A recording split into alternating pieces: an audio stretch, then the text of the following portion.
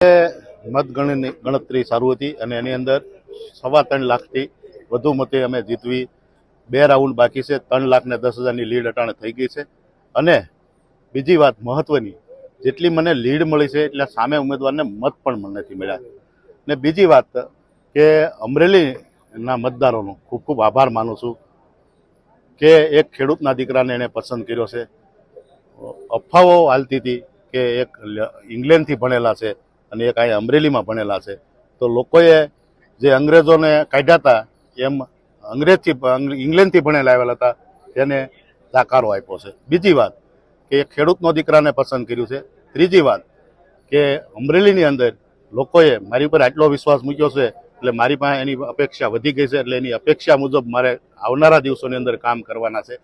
ત્રીજી વાત, હું તમને દિલથી કહું છું કે બધા હારે હું રહેવા માંગુ છું. તમે પ્રેમથી રહેવા માગતા હો તો તમારા દિલમાં રહેવાનો છો, તમે નફરતથી રહેવા માંગતા હો તો તમારા મગજમાં રહેવાનો છો, બાકી રહેવાનો છો તમારી હારે.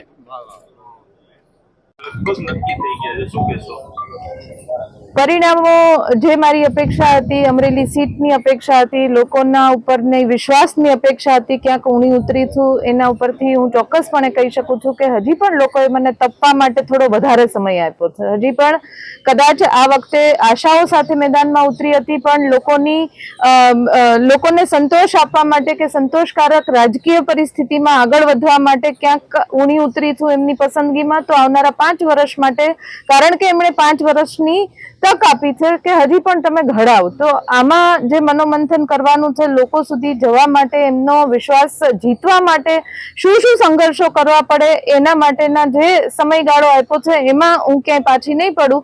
ખરી ઉતરીને દેખાડીશ ને આવનારા 5 વર્ષમાં તપસ્યા કરીને ફરી એક વખત જંગમાં ઉતરીશ. આ તકે આપના માધ્યમથી મારા કાર્યકર્તાઓનો ખૂબ હૃદયપૂર્વકનો ધન્યવાદ વ્યક્ત કરું છું કે આ મુકામ સુધી મને પહોંચવામાં ખૂબ મદદ કરી.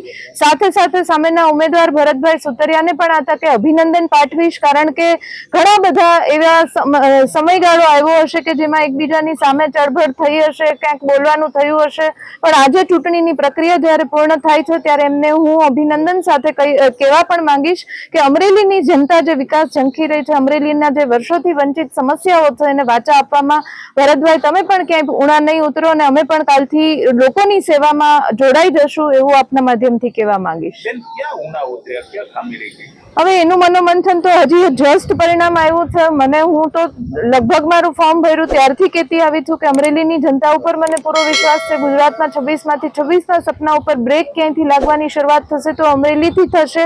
આવા જ્યારે હું વિશ્વાસ વ્યક્ત કરી હોય ત્યારે ક્યાં ઊણી ઉતરી છું એના માટે તો ઘણો બધો સમય જોઈશે.